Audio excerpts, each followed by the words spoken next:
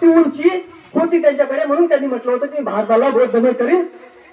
कारण त्या महापुरुषांनी भारताला बौद्धमय करण्याचं स्वप्न 56 मध्ये सांगितलं, 56 ला धम्मदीक्षा घेतली.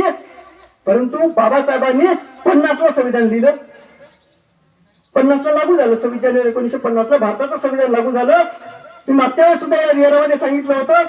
त्याच संविधानामध्ये बाबासाहेबांनी सांगितलं 25व्या कलमामध्ये धर्म स्वातंत्र्याचा अधिकार.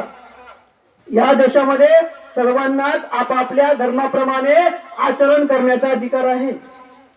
मग तेच बाबासाहेब म्हणतात मी भारताला बौद्धमय करेन आणि जगाचं बिल्डिंग, जगाचं स्ट्रक्चर बुद्धिझमवर आधारित. मग काय बाबासाहेबाला सगळे धर्म नष्ट करायचे? जो माणूस सर्वांना आपापल्या धर्माप्रमाणे आचरण करण्याची मुभा देतो तोच माणूस असा कसा म्हणेल मला सर्व जग बौद्धमय करायचे? मग बौद्धमय करणे म्हणजे काय हे आपण सर्वप्रथम समजून घेतलं पाहिजे. मी नेहमी सांगतो बौद्धमय करणे म्हणजे काय. लोकांना असं वाटतं बौद्धमय करणे म्हणजे काय. बौद्धमय करणे म्हणजे काय तर बाबासाहेबांनी प्रिएम्बल ऑफ द कॉन्स्टिट्यूशन मध्ये सांगितलं. त्याच्या अगोदर ज्या ज्या काही ऍक्टिव्हिटी केल्या त्यामध्ये सांगितलं की बुद्धिझमचा ऑब्जेक्ट काय आहे. ज्याप्रमाणे सांगितलं की बुद्ध धम्म स्वीकारणे हे ऑब्जेक्ट नाही. लोकांना असं वाटते की बुद्ध धम्मची दीक्षा घ्यायचं, बुद्ध धम्म स्वीकारायला लावायचं म्हणजे आपलं ऑब्जेक्ट पूर्ण झालं, उद्देश पूर्ण झाला. बाबासाहेब म्हणतात बुद्धिझम हा ऑब्जेक्ट नाही तर बुद्धिझमचा ऑब्जेक्ट आहे.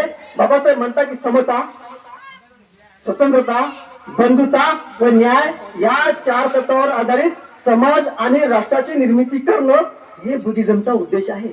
हा उद्देश पूर्ण झाला म्हणजे झालं. संविधान म्हणजे उद्देश नाही, हा ग्रंथ म्हणजे उद्देश नाही.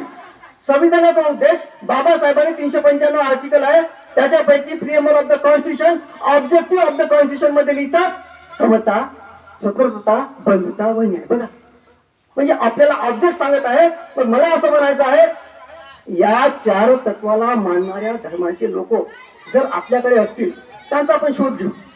हे 4 तत्व ज्या ज्या धर्मातील लोक आचरण करतात त्या त्या धर्मातील लोकांपर्यंत आपण गेलं पाहिजे आणि त्यांना म्हटलं पाहिजे की आमचा धर्म कसा आहे. आमचा धर्म या 4 तत्वाला मान्यता देते.